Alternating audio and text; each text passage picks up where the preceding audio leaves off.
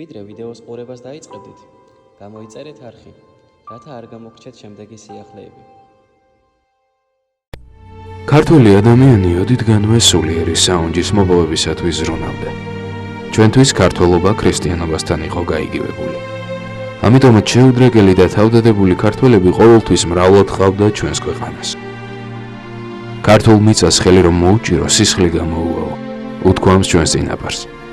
არც ერთი ქვეყნის ისტორიაში არაა შემთხვევა ერთ დღეში 100,000 მოწამე შეეძინოს. საქართველოში კი ეს მოხდა. მოხდა მაშინ, როცა ჩვენმა ქვეყანამ გამოიარა ოქროს ხანა, თამარ მეფის პერიოდი და შემდეგ სამეფო ტახტზე ავიდა მისი შვილი, რუსუდან დედოფალი. სამწუხაროდ იმ დროს ქვეყანა საქართველო ისე მიეცა განსარყმნელად ამის ძალით. რამე თუ დაუტოვეს მეფეთა და მთავართა სამართალი, მოწყალება, სიყვარული, სიწრფოება, სიმართლე და ამის წინ მოიპოვეს ამბარდავნება, ზაკვა, შური, სიძვანი, უწესობანი. სწორედ ამ დროს შემოიჭრა საქართველოში ჯალალედინი თავისი ჯარით. გარნისთან დამარცხდნენ ქართველები. მეწინავე რაზმს წმინდა მოწამე შალვა ახალციხელი და მისი ძმა ივანე სარდლობდნენ. დამპყრობლებმა ივანე მოკლეს. შალვა კითხვით ჩაიგდეს და 1 წლის შემდეგ სიკვდილით დასაჯეს. მაინც ვერ დაწყნარდა გაბოროტებული ჯალალედინი და რუსუდან შეუთვალა ცოლად გახოლოდა. რა თქმა უნდა, ქალმა სასტიკი უარი განაცხადა ამ წინადადებაზე. განრისხებული დამპყრობელი თბილისის ასაღებად გამოემართა. ღალატით დაიკავა მტერმა დედაქალაქი. ჟამთა აღმწერელი გადმოგცემს, რა სასტიკად უსწორდებოდნენ თბილისელებს მომხდორნი.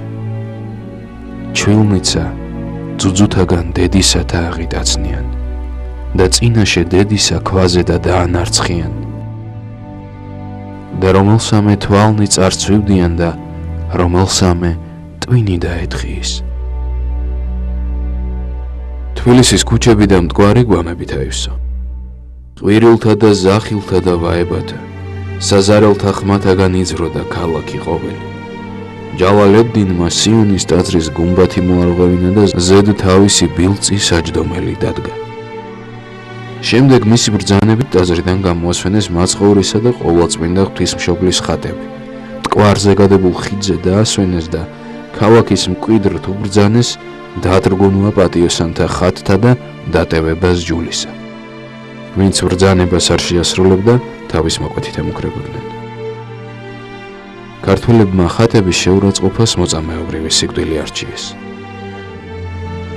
ქართლის ცხოვრებაში წერია, რომ იმ დღეს თბილისში 100,000 ქართველს მოჰკვეთეს თავი.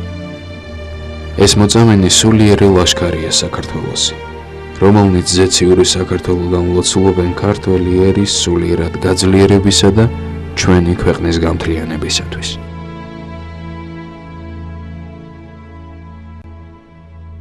დღევანდელი დღის მფარველი წმინდანების ლოცვით და მეოხებით უფალმა დაიცვას და დაიფაროს სრულიად საქართველო. ამინ.